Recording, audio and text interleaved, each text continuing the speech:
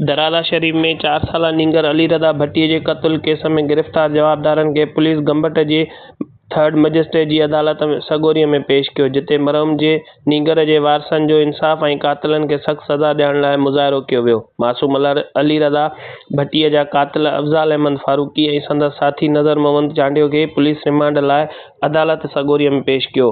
उन मौक़े ते कातिलनि खे ॾिसंदे ई नींगर जी अमिड़ बेहोश थी वई।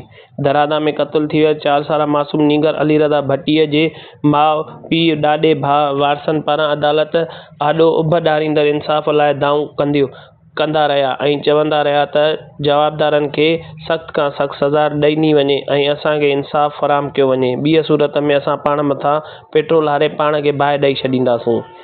कैमरामैन जाफ़र राजपर सां गॾु शकील अमन शेख, कोशिश डिजिटल न्यूज़, दराला शरीफ।